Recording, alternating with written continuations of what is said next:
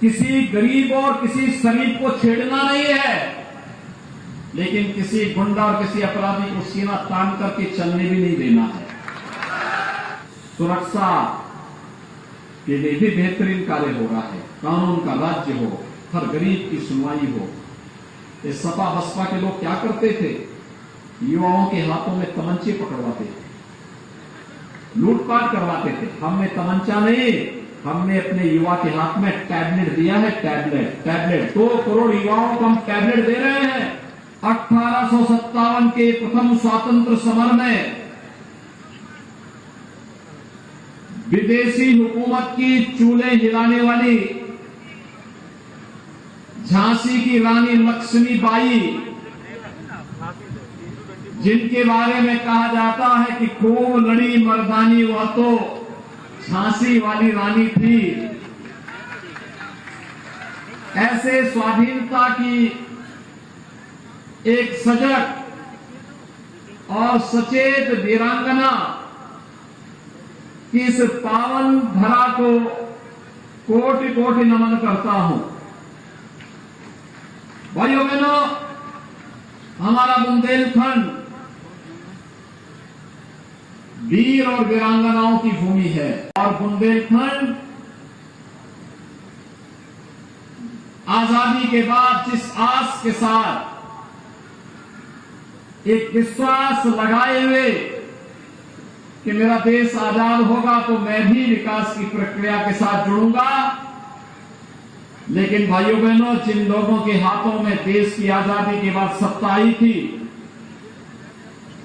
उन लोगों ने विकास के लिए कभी मत झांका नहीं, लेकिन उनके गुर्गे बुंदेलखंड के संसाधनों पर डकैती डालने में कोई गुरेज नहीं करते थे। परिणाम था बुंदेलखंड पलायन के लिए मजबूर हुआ, यहां का नौजवान बेरोजगार हुआ और बुंदेलखंड एक समय तो ऐसा लगता था जैसे बुंदेलखंड की प्राकृतिक संसाधन तो लूट ही रहे हैं, लगता है यहां की इज्जत भी लूटने का कार्य ये लोग करेंगे। लेकिन हम सब आभारी हैं प्रधानमंत्री मोदी जी के, जिन्होंने हमें विकास का एक विजन दिया। और भाइयों बहनों, आज मैं कह सकता हूं, क्या नहीं है हमारे बुंदेलखंड में? बुंदेलखंड के लिए आज डिफेंस कॉरिडोर का शिलान्यास प्रधानमंत्री जी ने इसी झांसी में किया है और भारत डायनामिक्स का एक बेहतरीन प्लांट यहां पे लग रहा है। मैडम, हजारों नौजवानों को रोजगार मिलेगा। बुंदेलखंड की लाइफ लाइन बन रही बुंदेलखंड एक्सप्रेसवे को प्रधानमंत्री जी ने उद्घाटन कर दिया है और अभी उसका झांसी लिंक का भी कार्य हम लोग प्रारंभ करने वाले हैं। भाइयों बहनों, हमने इस बजट में आपने देखा होगा, झांसी बुंदेलखंड औद्योगिक अथॉरिटी के निर्माण के लिए भी 6000 करोड़ रुपए की घोषणा की है।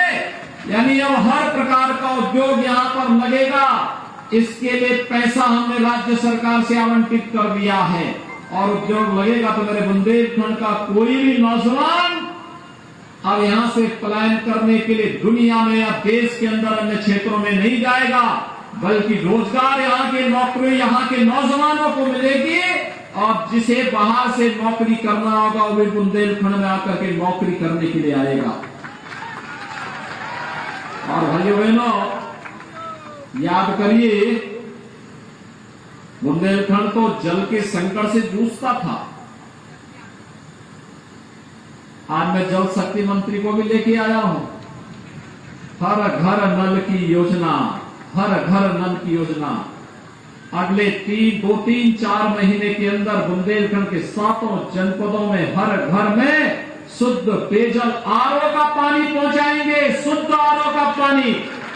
अब माता और बहनों को सिर में गगरी लेकर के जाने के लिए मजबूर नहीं होना पड़ेगा, बल्कि घर में ही जल रहेगा।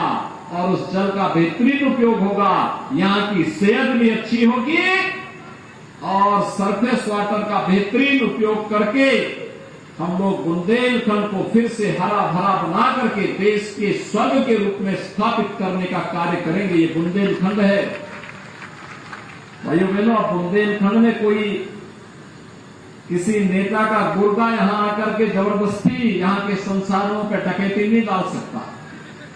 कुछ डकैतों को अंदर भेज चुके हैं, बाकी की बारी होगी तो जवाहरलाल जिस दिन घर में बैठेगा उस दिन फिर से हो जाएगा।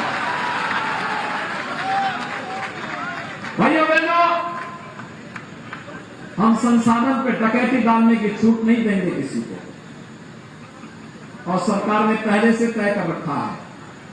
हम तो पहले से कहते हैं कि भाई देखो, किसी गरीब और किसी शरीफ को छेड़ना नहीं है, लेकिन किसी गुंडा और किसी अपराधी को सीना तान करके चलने भी नहीं देना है। भाइयों बहनों, आज सरकार की नीति स्पष्ट है। ये डबल इंजन की सरकार जिस मजबूती के साथ कार्य कर रही है, ये किसी से छुपा हुआ नहीं है। आपने देखा होगा सरकार के कार्य को, हमने जो कहा सो करके दिखाया। हर गरीब को मकान देने का कार्य पिछले 6 वर्ष में प्रधानमंत्री मोदी जी के मार्गदर्शन में उत्तर प्रदेश में 54 लाख गरीबों को एक एक आवास उपलब्ध करवाया गया। 2,61,00,000 गरीबों के लिए एक एक शौचालय देने का काम हुआ। भाइयों बहनों, 1,75,00,000 गरीबों को रसोई गैस के फ्री में कनेक्शन दिए गए, और अब ये भी तय किया गया है कि होली और दीपावली में एक एक सिलेंडर फ्री में भर करके उन्हें उपलब्ध करवाने का कार्य करेंगे, जिससे ईंधन के लिए किसी गरीब को इधर उधर भटकना न पड़े। भैया बहनों, आपने देखा होगा उत्तर प्रदेश में बिजली जहां नहीं थी वहां बिजली पहुंचाई गई। 1,21,000 गांवों में बिजली पहुंचाने का काम हुआ। जो काम भाई बहन की पार्टी और बुआ और बबुआ की पार्टी नहीं कर पाई थी, मात्र 5 वर्ष में डबल इंजन की सरकार ने गांव गांव में बिजली पहुंचा करके 1,55,00,000 गरीबों को फ्री में बिजली के कनेक्शन भी उपलब्ध करवाने के कार्य किए। भाइयों बहनों, आपने भी देखा होगा 10 करोड़ गरीबों को 5 लाख रुपए की स्वास्थ्य बीमा का कवर आयुष्मान भारत और मुख्यमंत्री जन आरोग्य योजना के अंतर्गत। और यही नहीं, 15 करोड़ गरीबों को कोरोना कालखंड में फ्री में राशन, आज भी फ्री में राशन देने का काम हो रहा है, जिससे कोई गरीब भूखों न मरने पाए। भाइयों बहनों, सरकार की संवेदना है। इंफ्रास्ट्रक्चर के लिए कार्य हो रहा है, गरीब कल्याण के लिए भी कार्य हो रहा है, और सुरक्षा के लिए भी बेहतरीन कार्य हो रहा है। कानून का राज्य हो, हर गरीब की सुनवाई हो। ये सपा बसपा के लोग क्या करते थे? युवाओं के हाथों में तमंचे पकड़वाते थे, लूटपाट करवाते थे। हमने तमंचा नहीं, हमने अपने युवा के हाथ में टैबलेट दिया है। टैबलेट 2 करोड़ युवाओं को हम टैबलेट दे रहे हैं।